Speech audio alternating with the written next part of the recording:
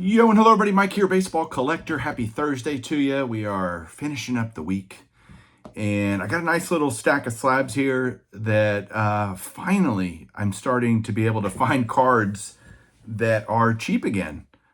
Stuff that I want to add to my collection that for a long time it just felt way too expensive. And I know there's a lot of you out there that probably think, man, buying any 50-cent card in a slab for 10 bucks is too expensive. That's just silly. Fair enough. You're entitled to that opinion. But I have a lot of projects that I'm working on, and I like to have the stuff slabbed. So, but the slabs are getting cheaper, which is good to see. And finally, I like cheap slabs, and I cannot lie, as, as the song goes. The song's different, but anyway, got a nice little stack here. I'm going to show you guys. I don't know I would love to hear what you guys are seeing out there. Is stuff starting to get more affordable for you again? Whether it's big cards, little cards. I have plenty of little cards that I want to get and want to own. So I've been kind of picking those off with help of JT, and I'll go through that. Then I got a pretty cool autograph at the end. So hang on one second and let's take a look. All right. All right, here we go. A lot of this is going to feel random, and maybe it is a little bit, but I got a lot of stuff here, just different stuff. Here you go. Why on earth, Mike, do you have an 83 Topps Terry Francona? Well, simple truth is I was thinking about Lou Piniella, Terry Francona, guys that are managers that I think ultimately will get in the Hall of Fame. I certainly think Terry Francona will. And I mean, he broke the curse for the Red Sox, right, in 04. And he's won 2 World Series, been to another one, but he was a player, and he's got cards in the years that I would want to collect. And so I randomly put up Topps Terry Francona PSA, and there's not a whole lot out there. So I saw this and just decided to pick it up just to have a Terry Francona. Ultimately, I'd want to get all of his Topps cards from his rookie cards, 82, I think, 82 through 89. So, hey, why not start now? And I've picked up a couple of Lou Pinellas recently. I think he'll be next, actually, manager-wise. So, yeah, I don't know. Just me. It's okay. It's a good thing it's mine.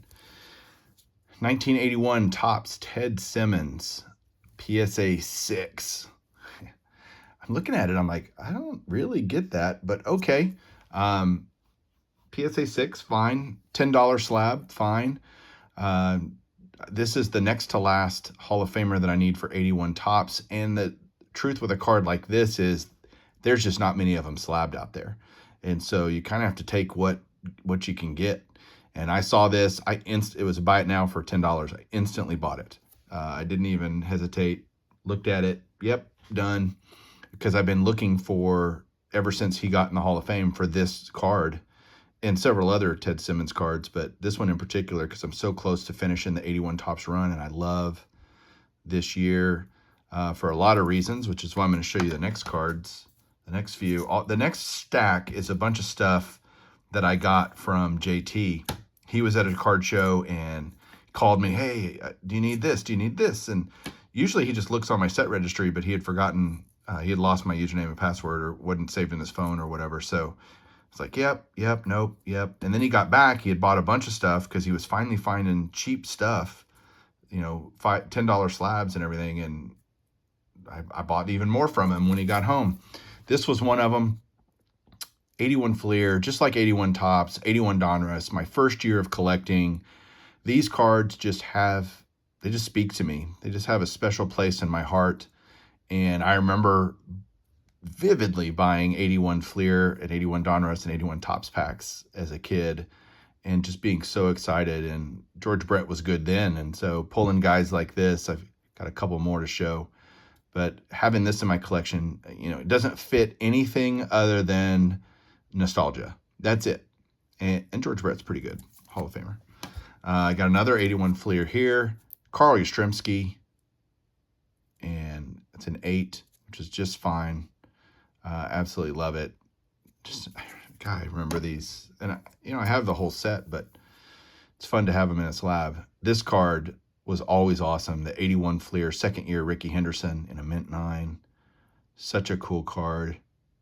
Such a young Ricky, man. Who knew what he was going to be in his career? But he was amazing. Greatest leadoff hitter ever. And it's not even close. He's just all-time great. Love it. This is a card that I haven't ever owned in a slab. I have the set, so it's in my set, but I never had this as a slab. I've had the 84 Donruss forever. And for some reason, I just, I'll pick that up later or whatever. And again, super cheap slab.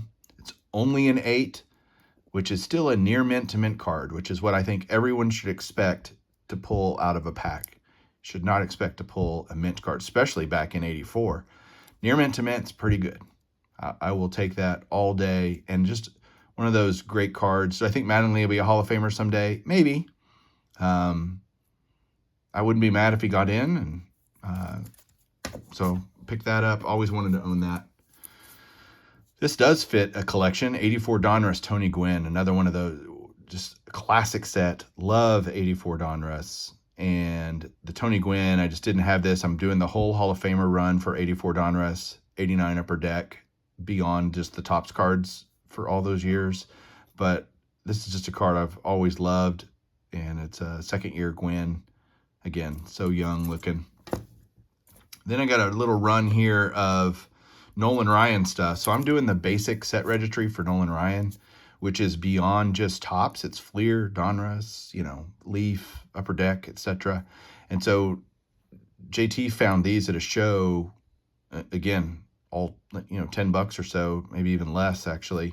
I can't remember what I paid per card, but it was no more than $10 for these for sure. 91 Fleer, probably the ugliest set ever made is 91 Fleer. But hey, Nolan Ryan card, mint 9, take it. Fits a spot. 91 Leaf. Actually, this is a time, during the junk wax era when there were just so many different sets. And Leaf did stand apart a little bit. They were kind of nicer. And so there's the Nolan Ryan. You got a cool back on this. Look at his, his career stats and all that. So how about 90 Score? God, I bought so much of this back in the day. I had mountains of it. 90 Score. There's the Ryan. Same here, 90 Fleer. Nolan Ryan. I do like how his head picture kind of comes off the frame. It's a cool card. And they're cheap again. 82 Kellogg's. I'm trying to do all the Kellogg's too. I just love them. So I'm trying to get all the Ryans. And 82 was one I didn't have yet. JT found it. So 8's good. Look at that. 3D Superstars. 82 Kellogg's. All right. This was an eBay purchase. And this was kind of impulse. I saw it and I was like, yeah, I made an offer and the guy took it. So I'm like, okay, I guess I own that card now. But I've never owned this card. It's the 1997 Fleer Ultra David Arias. You guys know him as David Ortiz. But I love Hall of Fame rookie cards that are autographed. And I saw this. It was slabbed already. It has the David Ortiz, seal of approval right there. And yeah, it wasn't that bad. $100 maybe a little more. And his autograph costs a lot at a show. And the card, I don't own this card. I actually need this card for my post-war Hall of Fame rookie set. So I'll be looking still for the card by itself. But hey, just added an autograph version.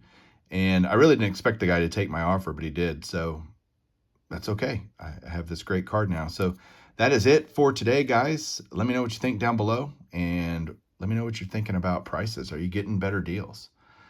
Talk to you guys soon. Keep collecting.